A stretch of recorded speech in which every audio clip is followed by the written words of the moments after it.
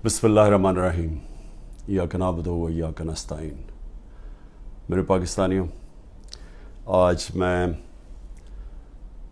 अली मोहम्मद की रिहाई पे मुझे खुशी इसलिए है कि एक तो ये साबित हो गया कि बेकसूर था। इसको तकरीबन 80 दिन अली मोहम्मद को इन्होंने जेल में रखा।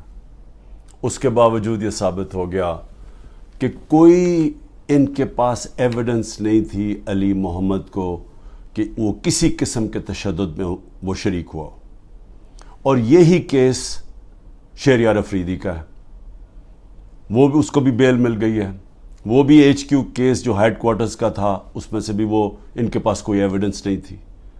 9 मई को जो मुझे कोशिश की थी 30 मेरे ऊपर दहशतगर्दी के केसेस किए, जब मैं जेल में था।